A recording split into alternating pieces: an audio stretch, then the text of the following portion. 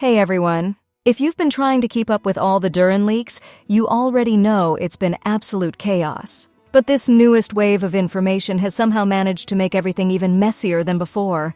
And I think we really need to take a moment and actually break down what's happening here, because the community reactions are proving to be just as wild as the leaks themselves. So, in today's video, we are going to talk about everything that has supposedly leaked about DURIN. Let's get right into it. Before we dive headfirst into all the drama, looking for the best way to recharge in Genshin Impact? Lootbar.gg is the smarter choice. It works exactly like the in-game top-up, but it's way cheaper. New users get 5% off with the link in the pinned comment, and existing users get 3% off. Lootbar also has special deals on crystal packs, including the 6480 bundle, and even an all-in-one package with everything you need. See this? The regular $100 pack only costs $82 on Lootbar. The process is simple and secure. You don't need your password or login. Just enter your UID, pick your server, choose your pack, and your crystals are delivered in seconds. Players around the world trust Lootbar because it's fast, safe, and affordable. So don't waste your money. Click the link in the description or pinned comment and start saving on your top-ups today. Lootbar, safe, fast, and way more affordable. Alright, so first things first, let me explain what DURIN is even supposed to be according to all this information. The leaks are pointing to him being a 5-star pyro sword user, slated to arrive in patch 6.2. His role is designed to be an off-field support, so you can think of him as someone who sits in the background, applying pyro consistently while your main damage dealer is on the field doing their thing. His burst apparently switches between 2 different forms, and each of these forms does something a little different. One form is said to have bigger area coverage but deals lower damage, while the other form has a smaller range but in exchange, it hits harder. It sounds like pretty standard dual mode stuff that we've seen before. Now here is where things start to get a little bit spicy. DURIN seems to have this whole Hexenzirkel faction mechanic going on. For anyone who doesn't know, the Hexenzirkel is this mysterious witch organization that includes some familiar faces like Mona, Albedo, and even characters like Venti and Klee, not to mention future characters we're expecting like Alice and Nicole. According to the leaks, when you run DURIN with just one other Hexenzirkel member on the team, he shreds 15% of the enemy's resistance to any elements involved in the reactions he triggers. If you run him with 2 Hexenzirkel members, that shred value doubles to a massive 30%. On top of that, his signature weapon apparently also needs Hexenzirkel teammates on the roster to work at its full power. You can probably already see the problem here, can't you? Faction locking is almost never popular with the player base. Nobody likes being told that you have to use a specific, limited set of characters just to make a new one work properly. It feels really restrictive, and it just kills all the creativity that goes into team building. If DURIN truly needs Hexenzirkel members to function at his best, that's a pretty limited roster to pull from right now.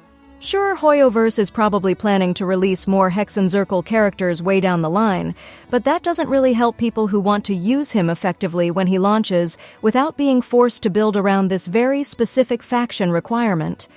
Let's get into the resistance shred mechanic itself, because this is actually the most interesting part of his kit. When DURIN triggers pyro-related reactions, he supposedly reduces the resistance to both of the elements involved in that reaction. So, for example, if he enables a vaporize reaction with a hydro carry, both the enemy's pyro resistance and their hydro resistance go down. If he's setting up a melt reaction with a cryo damage dealer, then both the pyro and cryo resistance will drop.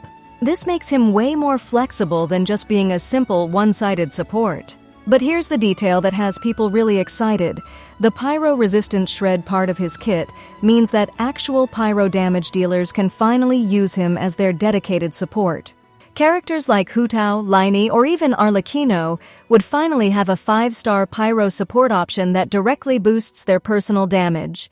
Bennett exists, obviously, but Bennett's value comes from his massive attack buff and his healing, not from resistance shred. DURIN is poised to do something genuinely different and new here, if these numbers end up being real. The flip side of all this excitement is that people immediately started comparing him to Xiangling, which is a totally fair comparison to make. Xiangling applies a ton of pyro from off-field. She's been a meta-defining character for years, and she's completely free for every player. If DURIN is just doing what she already does, but with a shred bonus tacked on, then why should anyone pull for him? For him to actually be worth the Primo Gems as a limited 5-star, either his pyro application needs to be significantly better than hers, or that resistance shred needs to provide enough of an overall team damage increase to justify the cost.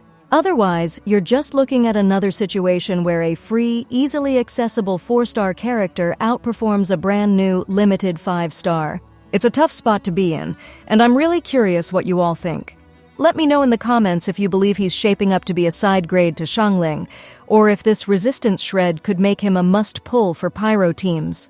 Now, let's just address the absolute mess that's been happening with the leak sources themselves. We have different leakers saying completely different things about his kit, and it's causing a lot of confusion. Some are claiming his skill has a healing component. Others are saying that's completely false. Then, you have other rumors suggesting that the healing is actually tied to his burst instead of his skill. Or maybe it's locked behind one of his constellations. The contradictions are literally everywhere, and at this point, nobody really knows what's actually real anymore. It has people wondering if HoYoverse might be deliberately feeding different information to different beta testers as a way to catch whoever is leaking their content. That's actually a legitimate strategy that companies use. They give each tester a uniquely marked version of the data so that if it leaks, it can be traced right back to the source. What I find kind of funny is watching the community's reaction pattern through all of this. Every single time a piece of positive information drops, everyone immediately says, "We're so back." Then, just a few hours later, contradictory info appears and suddenly the mood shifts to, "It's over." After that, people start creating all these theories to cope with the potentially bad news, saying things like, well, maybe his burst has what the skill doesn't, or maybe his constellations will unlock the missing features, or my personal favorite, maybe the leaker just mistranslated something.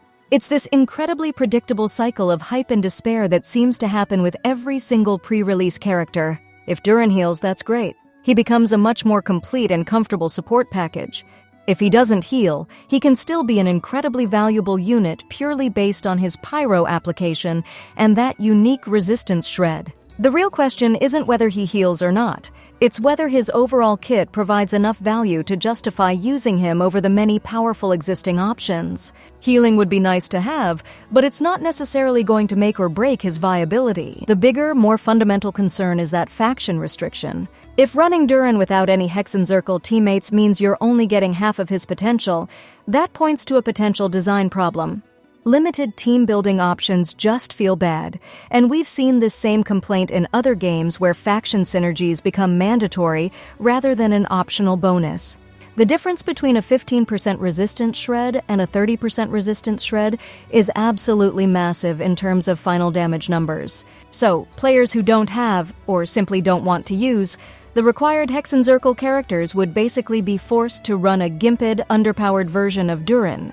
Looking at some potential teams, you could pair Durin with Mona and someone like Chilled or Nouvelette, and you'd get the full Hexenzirkel bonus while enabling some really strong Vaporize reactions.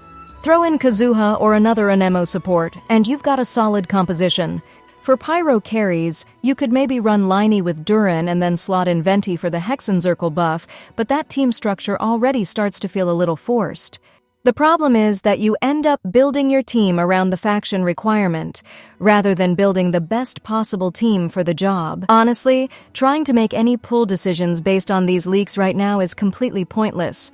We don't have any confirmed numbers. We don't have verified mechanics, and the different sources can't even agree on his most basic kit functions. The beta testing phase hasn't even officially started yet, so everything we're seeing is just incomplete information that could drastically change before his final release. Characters get reworked all the time during testing. Their abilities get buffed, nerfed, or sometimes completely redesigned from the ground up. Constellations get shuffled around. Absolutely nothing is final at this stage. My best advice is to treat all of these leaks as pure speculation, not as established facts. If you just like Durin as a character and you're going to pull for him regardless of his meta performance, then none of this really matters. But if you're trying to optimize your account and make smart decisions with your resources, then you need to wait. Wait for the official beta testing to start. Wait for multiple, reliable sources to confirm the exact same information. And most importantly, wait for actual gameplay footage with finalized numbers. Then you can make your decision based on concrete data instead of a pile of incomplete leaks that all contradict each other. The only things we can say with any reasonable confidence right now are that Durin is probably a pyro sword user coming in version 6.2. He's designed for off-field support, he has some kind of resistance shred mechanic, and he has synergy with the Hexenzirkel faction members. Everything else, the exact numbers, whether he heals, how his forms actually work, what his constellations do, all of that is still totally unclear and very much subject to change. Once the beta actually starts, we'll get the real gameplay videos, proper talent translations, the actual numbers for his multipliers and his resistance shred, and we'll see real testing with different teams. Until then, these leaks are more like entertainment than real information. And getting too attached to any one version of his rumored kit is just setting yourself up for disappointment when things inevitably change. That's it for today. Let me know in the comments what you think about all this chaos surrounding Durin. As always, don't forget to like and subscribe. I'll see you in the next one.